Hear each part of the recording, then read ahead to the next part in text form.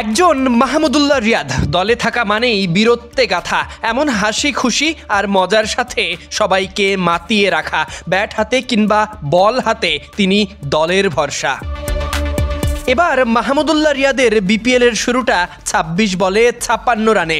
অসুস্থ ছেলেকে হসপিটালে রেখে কিংবদন্তিদের গল্প তো এমনই হবে, স্রষ্টা স্ক্রিপ্টগুলো এভাবেই লেখে। দলের গুরুত্বপূর্ণ পার্ট মাহমুদুল্লাহ রিয়াদ। ঢাকা সিলেট পর্ব শেষে অনেকেই এখন বিপিএল ছাড়ছে। সবশেষ বরিশালের মতো একটা তারকা ভরা দলের ব্যালেন্স ঠিক করতে এখন ঘাম ঝরবে। অনেকেই আসা যাওয়ার মধ্যে থাকবে, তবে মাহমুদুল্লাহ রিয়াদ খুঁটি হয়ে সবার মাঝে আলো ছড়াতে।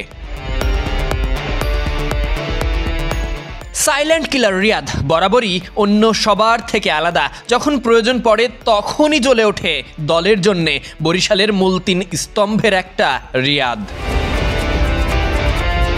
এবছর ঢাকা সিলেট পর্ব শেষ, তবে ব্যাট হাতে ৩ ম্যাচে মাঠে নামা লেগেছে।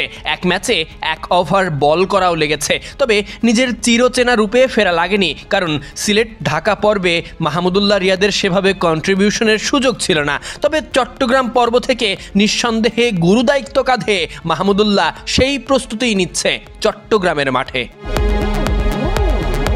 যেদিন টপ অর্ডার ব্যাটাররা খেলা গড়ে দিয়ে যান, সেদিন ফিনিশারদের কাজটা সহজ হয়ে যায়। আর যেদিন ব্যাটিং ইনিংসের শুরুটা ব্যাকফুটে, সেদিন সমর্থকদের চোখ থাকে মাহমুদুল্লাহকে সুপারম্যান রূপে দেখার। কারণ মাহমুদুল্লাহই তো জাতীয় দল কিংবা এমন ফ্রাঞ্চাইজি টুর্নামেন্টে যে কোনো দলে মাহমুদুল্লাহ খেলবেন ফিনিশার রূপে। অবশ্য অন্যদের দিকে তাকানোরও সুযোগ থাকে না সমর্থকদের। দিন শেষে ৩৮ বছর বয়সী একজনের উপরেই নির্ভর করতে হবে, কারণ তিনিই তো সব অবস্থা থেকে বহুবার ত্রাণকর্তা রূপে দেখা দিয়েছেন, কখনো সম্মান বাঁচাতে, কখনো জয়ের বন্দরে পৌঁছে দিতে। Sadiq Ahmed Sani, BD cric time.